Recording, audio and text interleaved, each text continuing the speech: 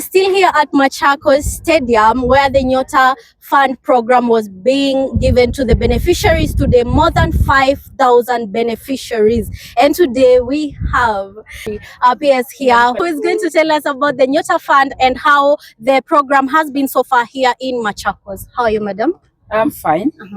Yeah, thank you very much. We were today in Machakos for the Lower Eastern, that is Mang'eni County, Kitui, and Machakos County, to disburse the NYOTA Startup Capital, the 22,000, because 3,000 usually goes to their savings, to 5,912 beneficiaries who were selected. First of all, walijituma wenyewe. Yeah, they applied themselves. They went through a very long process, protracted process, applied through their phones.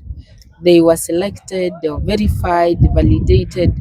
They came for training, the mandatory business training, so that they can gain the various insights on how to start your business. It was a 4-day classroom training. Then now here we are here disbursing to them the first tranche of their grant, the startup capital grant. Then after that, we're going to subject them to another 2 months of training. So then after that training for 3 days, again, we will come back again to disburse to them the second tranche. And then from there now we give them an entry into the ecosystem where they can access more opportunity, they can access increased funding, they can also access markets for some of their enterprises.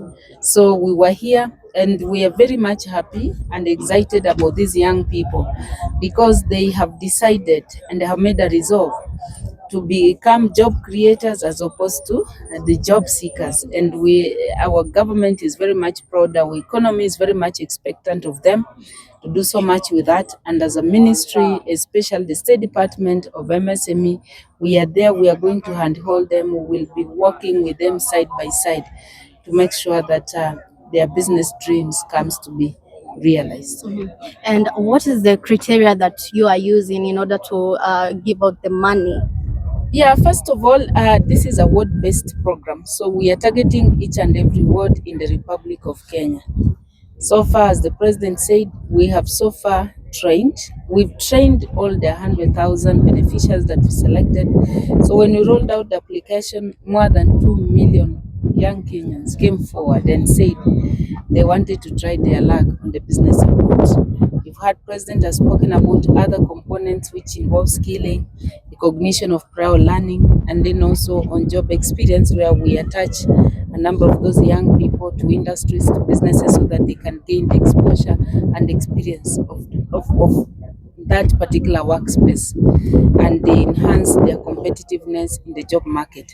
But this particular one, we are working with young people who have said, we want to do business, we want to create jobs for ourselves, and then also for the majority of young people outside there who are looking for job.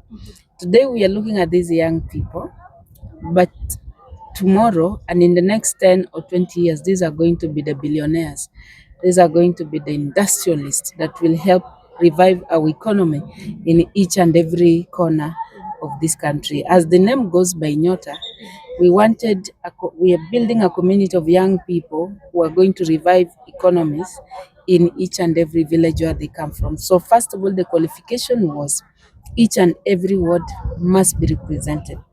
The second qualification, and we're talking about the 1450 wards, the second qualification was you must be a young person who is marginalized, who is vulnerable, you don't have access to opportunities, you're between 18 years and 29, and up to 35 years for persons with disability, and you must not have progressed beyond Form 4. I mean, the only certificate that you have is the Form 4 certificate.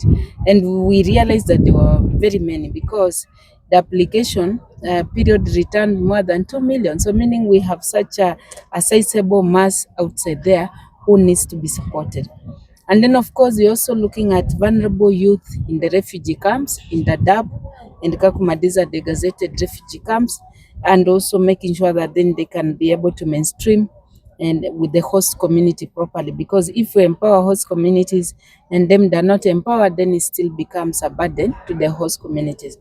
So for this particular component, again, we were subjecting these young people after they did the initial application through the online platform *254# to an EAT entrepreneurial aptitude test just to assess their business mindset. So of course, quite a number of people, young people, that's where now we started shortlisting from there. And it was just not so difficult question, but questions that enable us to know the scales of support that you need and your preparedness and your readiness to do business. So a number of them did that. Over 400,000 were able to do that test. We subjected 800,000, so around 450,000 completed the test. We must have completed the test, and then from there now we selected randomly across the country. And when we were selecting the initial selection, we were targeting, because we are targeting a minimum of 70 in each and every ward. But then now we gave it a 120% selection. So across the country, we selected the ones we invited for training were 84 in every ward. So that in the event, or rather in the course of this program, when some of them fall along the way or something happens, we still maintain that 70, because 70 is our magical number. If you build a community of 70 young entrepreneurs in each and every ward, that will create about an impact in that. So these are the people who wants to lighten up. That's why tunasema NYOTA. So they want to stir their villages, their localities. And because business, they say politics is local. So also in the business world, we also say business is local. We are training them within their locality. So we are training them in their constituency level, and we brought on board trainers from those areas, experts of course, who are well acquainted with opportunities and even challenges in the business environment in their vicinity, in their locality. And then you see, like today here, we've been having conversation with other key stakeholders, like those wabunges and everybody who is there. So we get to see what are some of the barriers that will stifle the growth of their businesses, and together we see how do we get to bring down the barriers so that these young people and their journey can, as they have embarked on their journey, can progress and become more successful. The next 20 years, that young person from Mang'eni, from Machakos, from across this country that this project is focusing on will be totally different people. These are the people who are going to create jobs that will absorb even our university students, even our college students. So we are building a supportive ecosystem around them. And after the second mentorship, when they get the second tranche, at least we would have had an idea on which kind of businesses they're doing. I mean, the nature of their business, which value chain they are in, if it's agricultural, construction, manufacturing. And then we'll try also to mobilize funding opportunities around them as well as market. So we are so much deliberate with this program that we are not willing. We do not want any one of them to fail. We are going to follow up on them. And about the follow up, how are you going to make sure that the people people given the money now, they are not going to go like the president said, wataitisha fare, wataenda sherehe? How are you going to make sure that the money is business? First of all, we are advising them, but they can also see they don't have any engagement. This is an empowerment to them. So I'm in the groups of some of those clusters that we have already disbursed. For example, the Western Kenya cluster, which we started with. I'm in some of those WhatsApp group, and I can tell you, it's not what people think. These young people are focused, by the way.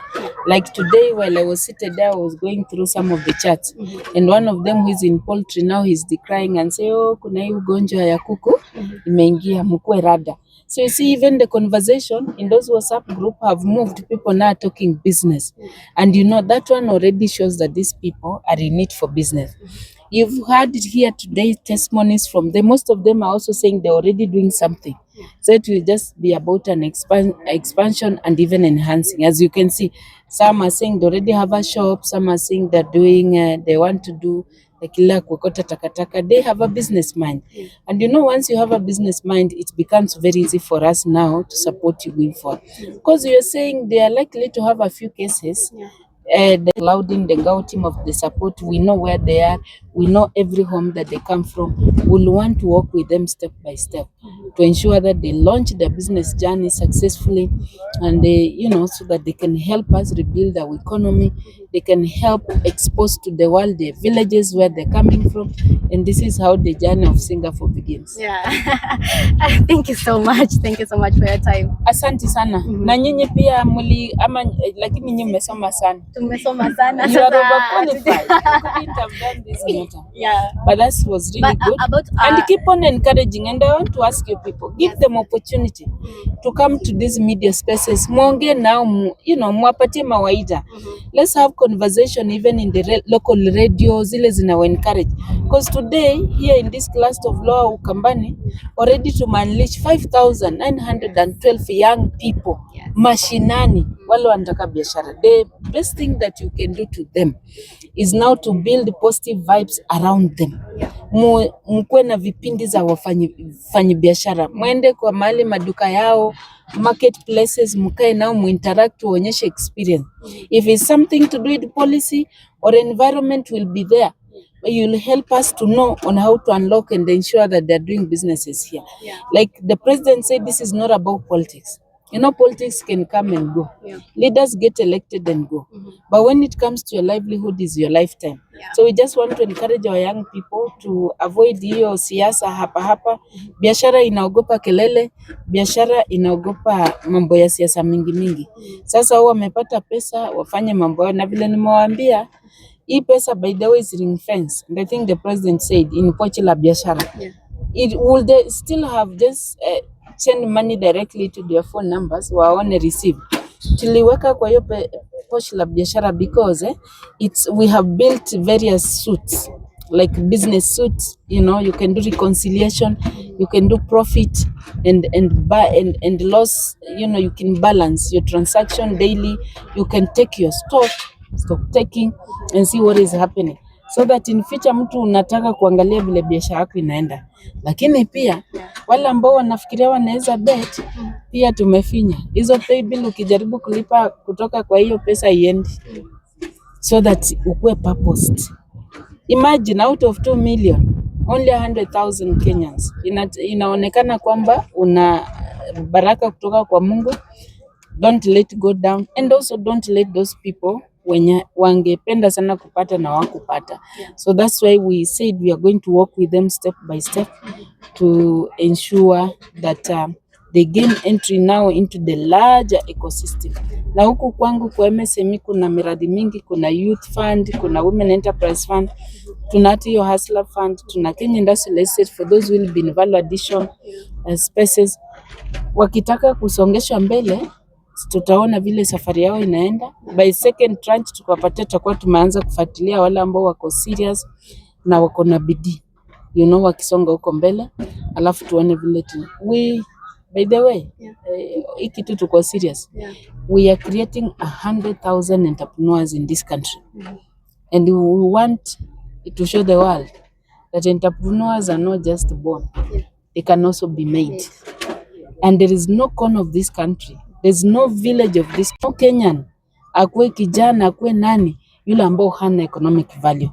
This project is going to create that pipeline for everybody.